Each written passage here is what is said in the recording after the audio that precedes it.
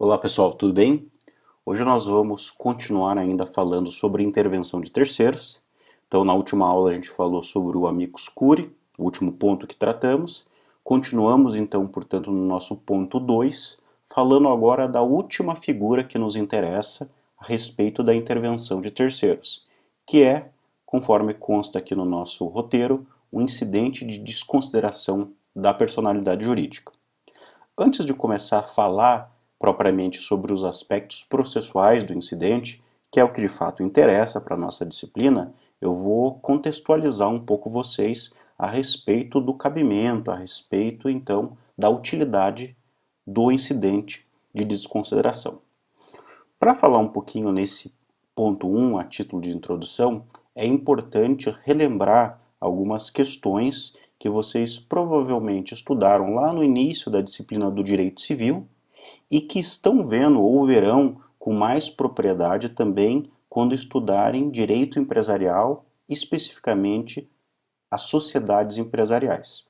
Bom, então o que vocês estudaram lá no Direito Civil? Vocês estudaram as pessoas como titulares de direito. E lá viram que nós temos uma divisão entre pessoas físicas ou pessoas naturais e as pessoas jurídicas. Então, as pessoas jurídicas são criações jurídicas que têm algum tipo de utilidade. Dentro das utilidades de uma pessoa jurídica, uma delas é o exercício da atividade empresarial. Na verdade, quando a gente pensa na pessoa jurídica, a gente pensa em grande medida, nas sociedades empresariais. A gente pensa em empresas, né? Empresas que, portanto, exercem alguma atividade econômica, os bancos, as montadoras, enfim, existe uma variedade de empresas que exercem as mais variadas atividades empresariais. Quando vocês estudarem o direito empresarial, vocês vão estudar e vão compreender que quando alguém vai constituir uma pessoa jurídica para o exercício de uma atividade empresarial, essa pessoa tem a seu dispor uma série de escolhas em relação ao tipo societário. Então, assim, uma pessoa jurídica que exerce atividade empresarial, ela pode ser regulada, ela pode ser constituída com características próprias. Nós temos vários modelos ou várias espécies de sociedade empresarial. Provavelmente vocês já escutaram sobre a sociedade limitada, sobre a sociedade anônima, por exemplo, né, que são os tipos societários talvez mais utilizados, sendo que a sociedade limitada ela é o tipo societário mais utilizado do Brasil para atividade empresarial. Bom, mas estou fazendo esse parte introdutória para deixar claro para vocês o seguinte: o que interessa para nós sabermos agora a questão do tipo societário e da pessoa jurídica? Bom, os tipos societários, os tipos então utilizados para a criação de uma pessoa jurídica que exerce atividade empresarial ou sociedade empresarial, para uma sociedade empresarial, tem como características, os principais, não todos, a separação entre o patrimônio dos sócios e o patrimônio da pessoa jurídica, e uma segregação de personalidades. A pessoa jurídica não se confunde com os seus sócios, com a pessoa física dos seus sócios. A pessoa jurídica tem o seu patrimônio autônomo e separado do patrimônio dos seus sócios. Isso é importante, tá? Essa é a primeira ideia. Então vamos partir por um exemplo aqui super simples. Eu e você resolvemos criar uma empresa para explorar uma determinada atividade. Vamos imaginar que a gente resolveu abrir, por exemplo, uma padaria. Tá? A gente está empolgado, acha que o negócio vai dar certo. Eu e você, pessoas físicas, vamos lá e criamos uma pessoa jurídica, uma sociedade limitada. E a gente resolve investir do nosso patrimônio pessoal 20 mil cada um. Eu aplico 20, você aplica 20, cada um, então, aplica 20 mil, 40 mil é o capital social da empresa, a gente coloca esse dinheiro, cria uma sociedade limitada. Vamos lá, padaria limitada, tá? Criamos essa pessoa jurídica. Quando nós criamos essa pessoa jurídica, o que significa em termos práticos? O patrimônio da padaria não se confunde com o nosso patrimônio pessoal. O que eu tenho de bens, casa, carro, aplicação financeira, não se confunde com o patrimônio da padaria. E o mesmo vale para você. Segunda coisa, a padaria é algo distinto da minha pessoa e da sua pessoa. Nós somos sócios, mas nós não se confundimos com a própria pessoa jurídica. E aqui, gente, é o ponto que eu queria chegar. Em alguns tipos societários e a sociedade limitada, a sociedade por ações tem a seguinte regra: o patrimônio do sócio ele está protegido por uma regra de limitação. O patrimônio do sócio não responde pelas dívidas da pessoa jurídica. Então vamos imaginar o seguinte cenário. Naquela empolgação, nós montamos a padaria, fazemos investimentos, etc. e tal, fazemos um financiamento bancário, alugamos um ponto, compramos mercadoria, compramos estoque e começamos a trabalhar. Trabalhar, e vamos imaginar que por uma fatalidade da vida, né, crise do coronavírus, comércio fechado, as pessoas não saem de casa, o nosso negócio, a nossa padaria foi de mal a pior. Foi acumulando débitos, ninguém aparecia para comprar, a gente também não tinha muito conhecimento, etc. Atuamos de boa fé. No entanto, aquela pessoa jurídica ela não teve sucesso no negócio. Acumulou débitos e teve que encerrar suas atividades. Vamos imaginar que, dentro daquele exemplo inicial, eu investi 20 e você investiu 20 mil. Só que ao final, a pessoa jurídica, a padaria limitada, ela acumulou um débito de 95 mil reais. Ela está devendo o aluguel, ela está devendo para os fornecedores do estoque, está devendo para o banco 95 mil reais. A pergunta é, será que essa dívida da pessoa jurídica, da padaria limitada, ela se transfere para nós, sócios daquela padaria? A regra, pelo menos a regra geral, que a gente precisa fixar agora é não. Existe, portanto, uma autonomia entre patrimônio dos sócios e a figura dos sócios e o patrimônio da pessoa jurídica. A pessoa jurídica, como um ente autônomo, responde pelas suas dívidas. Se ela não tiver patrimônio para pagar todos os seus credores, paciência, né? O negócio não teve sucesso, os credores vão ter que buscar os bens da pessoa jurídica e se não conseguirem encontrar ou se não houver bens suficientes, paciência. Faz parte, então, do risco dos negócios que as pessoas participam. Então, no máximo, eu e você vamos perder aquilo que nós aplicamos para constituir a pessoa jurídica. Aqueles 20 mil reais que eu apliquei, aqueles 20 mil reais que você aplicou. Mas nós não respondemos pelas dívidas da pessoa jurídica como regra. Limitação da responsabilidade. O sócio não responde pelas dívidas da pessoa jurídica. Por que isso é importante? Por que essa regra da limitação é fundamental? Pensem comigo em termos de risco. Você e eu temos bens pessoais. Nós temos casa, carro, aplicação financeira, uma casa na praia. Iríamos nós investir numa atividade empresarial que tem um risco embutido, que pode não dar certo, né? Mesmo de boa fé e trabalhando duro, tem negócios que não têm sucesso, né? Imagine quantos estabelecimentos aí de diversas áreas fecharam nesse período de coronavírus, dessa crise sanitária. Não porque os donos agiram de má fé, ou foram incautos, ou foram despreparados, simplesmente porque um fator acabou impactando. Isso faz parte do negócio. Você acha que as pessoas iriam assumir risco de uma atividade empresarial se todo o patrimônio do sócio pudesse ser tomado por dívidas da empresa? Ninguém arriscaria, né?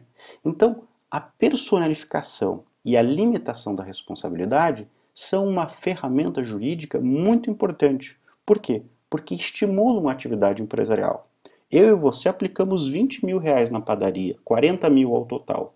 Se aquela padaria não der certo, o nosso risco está limitado aos 40 mil reais.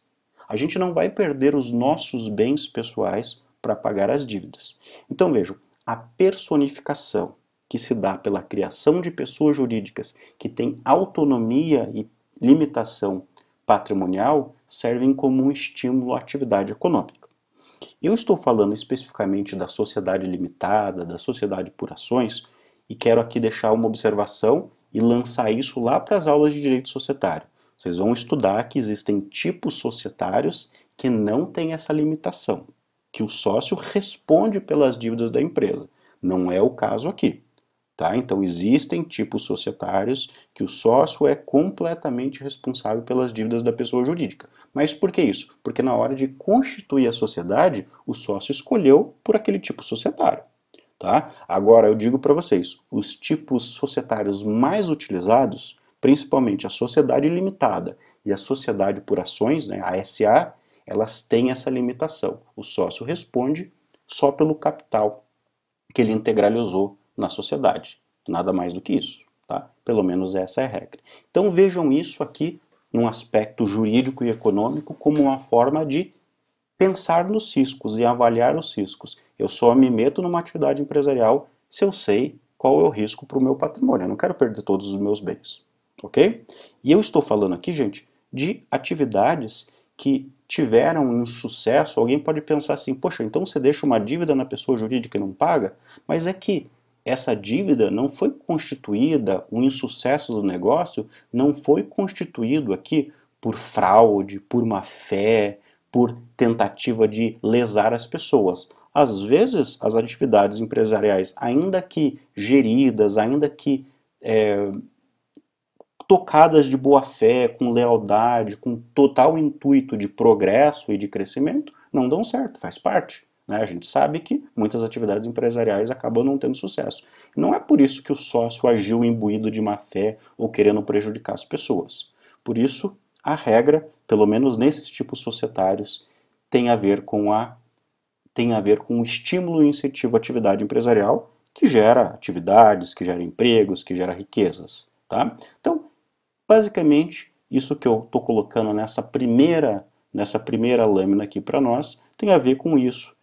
Os tópicos foram, então, tratados aqui. Isso é tão importante, gente, que o nosso Código Civil, no artigo 49A, resolveu justamente deixar muito claro isso que eu falei para vocês.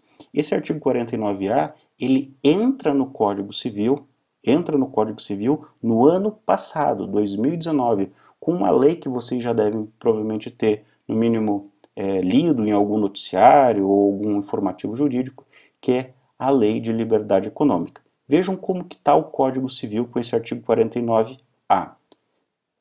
A pessoa jurídica não se confunde com seus sócios, associados, instituidores ou administradores. Uma coisa é pessoa jurídica, outra coisa é seu sócio. Parágrafo único. A autonomia patrimonial da pessoa jurídica, isso que eu expliquei para vocês, uma coisa é o patrimônio e são as dívidas da pessoa jurídica, outra coisa é o patrimônio dos sócios.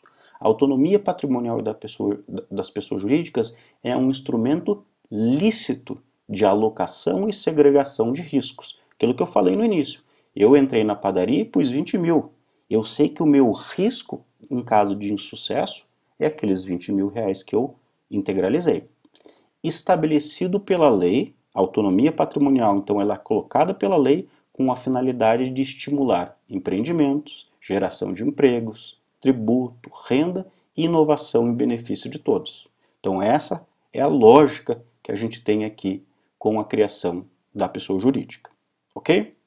Bom, só que agora a gente vai passar para uma outra perspectiva.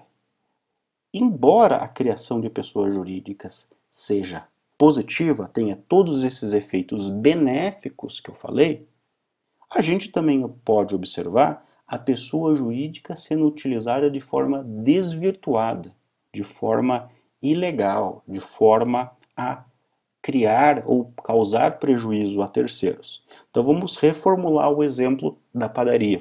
Vamos imaginar o seguinte: eu e você criamos uma pessoa jurídica, uma empresa de comércio de celular.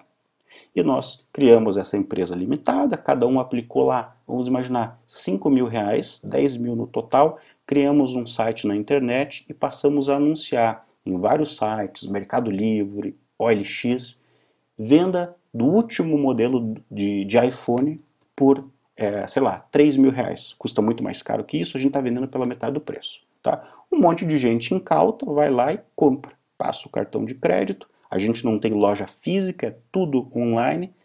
Começamos então a vender o iPhone por 3 mil reais e um monte de gente nos depositando. E a gente pensa o seguinte: não temos estoque, não temos nenhum iPhone, a gente vai dar um super golpe nas pessoas. Tá? começou reclamação, mas a gente começou a faturar. Em um mês ganhamos 500 mil reais. Abandonamos a empresa, não entregamos nenhum iPhone. Aliás, a gente sequer chegou a comprar qualquer estoque de iPhone, até porque seria impossível, o valor é muito mais caro, do modelo mais caro hoje em dia. Vendemos e faturamos, tá? Pegamos o dinheiro do pessoal, nunca mais atuamos naquela empresa. Percebam que aqui a gente tem uma situação diferente. Aquela empresa vai começar a ser acionada pelos clientes que tiveram prejuízo, que pagaram e não receberam.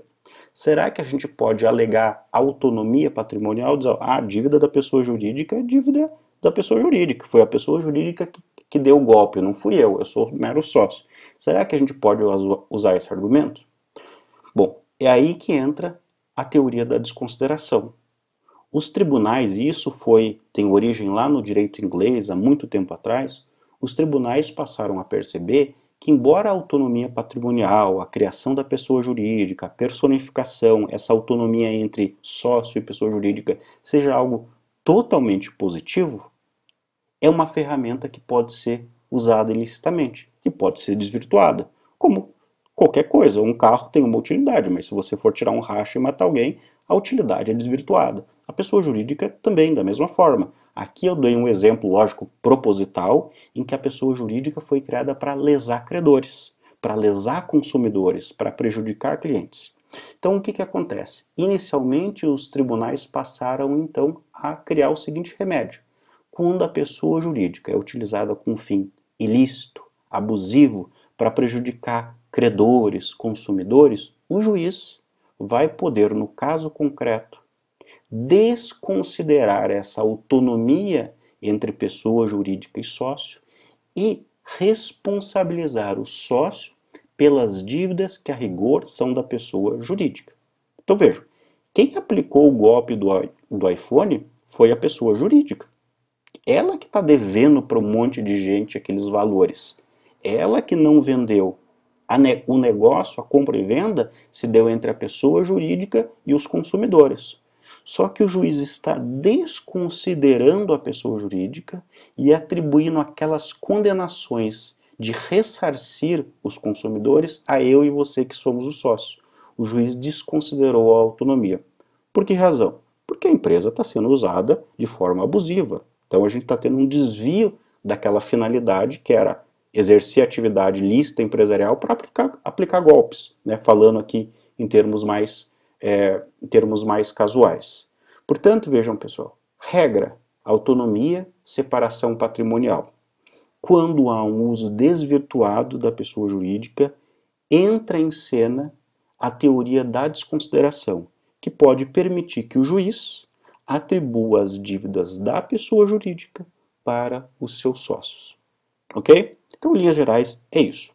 Eu vou falar mais um pouquinho aqui, vejam, até agora o que eu falei não é processo civil, é direito material, é teoria da desconsideração. Mas eu vou avançar para continuar contextualizando vocês. Quem é que nos explica quando é que eu posso desconsiderar? Essa ideia que eu falei, uso ilícito, fraude, uso abusivo, quem é que explica para nós quando isso é possível desconsiderar? Qual que é o critério? Importante, o critério, pessoal, não é dado pelo Código de Processo Civil. É o direito material, as normas, portanto, que estão presentes no nosso ordenamento que vão dizer quando é possível desconsiderar ou não. Então vejam, eu coloquei aqui 3 situações, tá, em que é possível, aliás, 4 situações em que é possível a desconsideração. São os principais exemplos de desconsideração. Tá? Bom, primeiro, Código de Defesa do Consumidor, no artigo 28, autoriza a desconsideração quando o ressarcimento aos consumidores for prejudicado pela existência da pessoa jurídica. Na realidade, o artigo 28 cai exatamente no nosso exemplo do iPhone. Os consumidores, na hora que começarem a demandar aquela empresa que a gente criou, vão ver que a empresa não tem sede, não tem patrimônio, não tem carro, não tem terreno, não tem conta, não tem absolutamente nada, ou a conta já está zerada. Vejam que a pessoa jurídica vai ser um obstáculo para que aqueles consumidores lesados sejam indenizados pelos prejuízos que sofreram. O artigo 28 vai dizer justamente isso. Quando a pessoa jurídica for um obstáculo para o ressarcimento dos consumidores, o juiz está autorizado a desconsiderar. O juiz vai desconsiderar a personalidade jurídica e imputar aquelas condenações decorrentes das ações dos consumidores contra eu e contra você que somos os sócios da empresa. Artigo 28. Temos também aquela presente no Código Civil, que é um pouco mais difícil de obter porque tem requisitos um pouco mais rigorosos. E também temos duas leis aqui importantes que facilitam a desconsideração. São infrações contra a ordem econômica, direito concorrencial, e a Lei de Crimes Ambientais, que é a Lei 9.605 de 98. Tá? Então eu já adianto para vocês aqui, tanto no Código de Defesa do Consumidor quanto na Lei de Proteção ao Meio Ambiente, a Lei de 98, a forma de desconsideração é muito mais fácil. Causou prejuízo ao consumidor, a empresa causou danos ao meio ambiente, desconsidera a personalidade jurídica para atribuir responsabilidade ao sócio. Na regra do Código Civil, o regramento é um pouco mais complexo e eu creio que vocês viram isso lá no Direito Civil, nessas aulas aí introdutórias. De qualquer forma, só para situar vocês, eu vou fazer uma diferenciação aqui, ainda não estamos falando de processo civil, nem do incidente, estamos ainda falando da teoria da desconsideração. Os tribunais e a própria doutrina faz uma diferenciação entre duas teorias da desconsideração. Teoria maior da desconsideração e teoria menor da desconsideração. Para ficar fácil memorizar, embora o importante é entender. Teoria maior é aquela que tem mais requisitos para se obter a desconsideração. Para conseguir que o juiz atribua a responsabilidade da empresa ao sócio, eu vou ter que demonstrar o preenchimento de requisitos. Esses requisitos estão colocados no artigo 50 do Código de Processo Civil. Eu tenho que demonstrar para o juiz que é abuso de personalidade da pessoa jurídica, que se dá mediante desvio de finalidade, a empresa foi criada por uma finalidade e está exercendo outra, ou há uma confusão entre o patrimônio da pessoa jurídica e da pessoa física. Então o artigo 50, importante que vocês leiam o artigo 50 na sua íntegra, aliás, leiam o 49A que eu coloquei aqui, e também o 50, para entender os requisitos da teoria da personificação. Tá? Coloquei aqui um julgado que vai explorar isso, vai explicar um pouquinho a questão da desconsideração com base no artigo 50, né, que fala da teoria maior. Depois vocês podem ler com mais tranquilidade. Aliás, deixa eu até fazer uma observação. Essa decisão do STJ que eu citei ali, o recurso especial número 970-635, ele acaba colocando de uma forma quase que didática, quase que um manual explicando a diferença para o STJ da teoria maior e da teoria menor, explicando cada uma delas. Então eu recomendo aqui uma leitura nesse julgado especial que facilita demasiado aqui a compreensão da teoria prevista ali no Código Civil. Tá? Então aqui também temos um outro julgado que vai estar falando da teoria maior, né? Então aquela aqui prevista no Código Civil, em que exige a comprovação daqueles requisitos. Abuso de personalidade, que vai se demonstrar por meio do desvio de finalidade ou da confusão patrimonial. A teoria menor, ela tem, como o próprio nome diz, menos requisitos. Na verdade, toda vez que a pessoa jurídica não tiver patrimônio suficiente para pagar as suas dívidas com consumidores e danos ambientais, o juiz pode desconsiderar a personalidade jurídica. Tá? Então alguém poderia pensar assim, tá, então na teoria menor, que se aplica ao CDC, relações de consumo e questões de infrações ambientais, a pessoa jurídica não tem patrimônio para pagar suas dívidas. E aí o juiz desconsidera. Exato. E a teoria maior? Teoria maior não é isso também? Na teoria maior, a gente tem que demonstrar duas coisas. A gente tem que demonstrar que a empresa não tem patrimônio, mas também que houve abuso de personalidade por meio de confusão ou de desvio de finalidade. Então, vamos voltar lá ao exemplo inicial da nossa padaria. Nós criamos a padaria, montamos a padaria, fizemos um empréstimo bancário, compramos uma série de estoques, insumos para a gente vender de produtos, veio o coronavírus, a empresa não deu certo, quebrou. Ela está devendo 95 mil reais, como eu havia exemplificado, e ela tem 5 mil em caixa, ou seja, ela não tem patrimônio para pagar as dívidas. Isso não é suficiente para desconsiderar? Não pelo seguinte, porque embora a empresa não tenha patrimônio para pagar as dívidas, não há caracterização de confusão patrimonial, os bens da pessoa jurídica não se confundem com os bens da pessoa física. E, em segundo lugar, a gente não utilizou aquela empresa com desvio de finalidade. Criamos a padaria, não houve sucesso, ela quebrou. Entendeu? Então vejam que para as relações que não são relações consumeristas, não basta alegar que a empresa não tem patrimônio, tem que provar algo mais, ok? Então, teoria menor e teoria maior, mas aqui repito, pessoal, a nossa aula enquanto matéria de processo civil, o objetivo não é tratar disso. Vocês vão estudar isso lá no direito civil, vão estudar isso no direito empresarial, quando estudarem as sociedades empresariais, e também vão estudar isso nas disciplinas de direito do consumidor. O que eu estou fazendo aqui é dando uma grande pincelada, muito panorâmica sobre o tema, para começarmos a falar de processo. Tá? Então, o nosso objetivo aqui não é discorrer sobre o direito material, sobre as regras específicas da desconsideração. Ok? Bom, aqui um outro julgado que está falando especificamente da teoria menor, aplicando o artigo 28 do CDC, né, dizendo que o mero prejuízo aos consumidores já autoriza a teoria da desconsideração baseada no artigo 28. Uma outra questão que eu acho importante também colocar, e aqui é um conceito que vai ser já útil para nós no processo civil.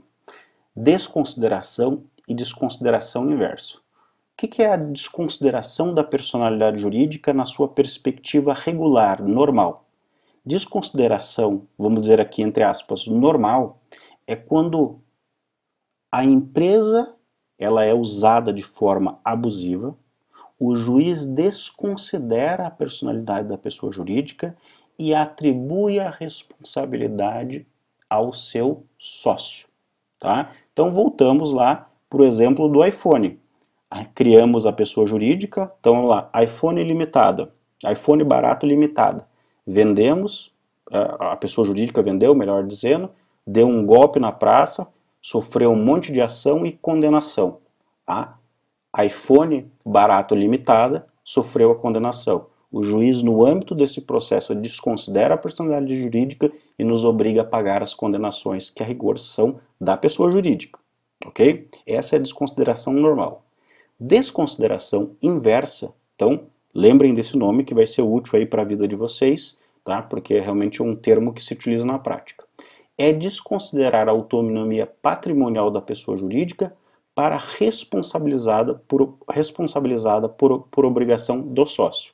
É o inverso. Vou dar um exemplo. Vamos imaginar o seguinte. Eu, pessoa física, eu, Bruno, estou altamente endividado. Pessoa física. Tomei empréstimo pessoal, estou devendo para outras pessoas, sofri condenação, eu pessoalmente. Tá? E esses credores vão vir atrás de mim, vão buscar o meu patrimônio pessoal. Meu carro, minha casa na praia, minha aplicação financeira, os meus bens individuais. O que eu faço?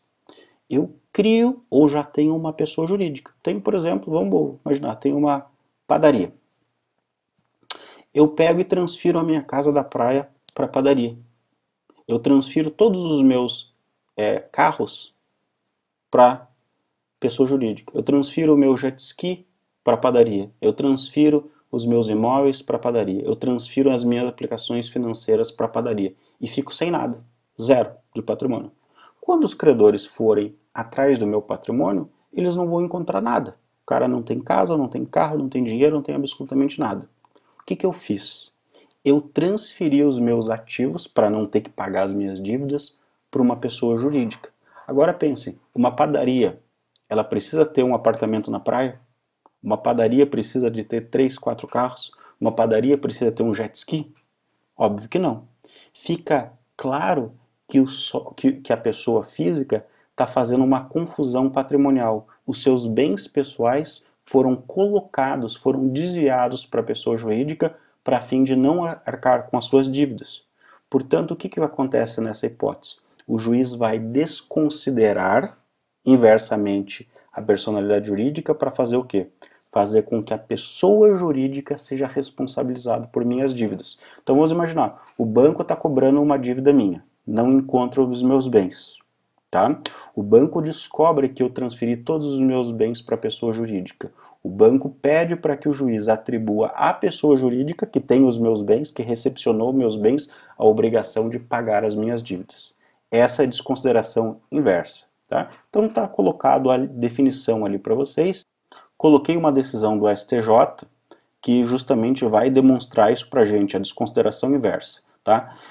Esse termo ali em inglês é teoria da desconsideração, né? Disregard de desconsideração. Então, considerando que a finalidade da teoria da desconsideração é combater a utilização indevida do ente societário por seus sócios, o que pode ocorrer também nos casos que o sócio controlador esvazia o seu patrimônio pessoal e o integraliza na pessoa jurídica.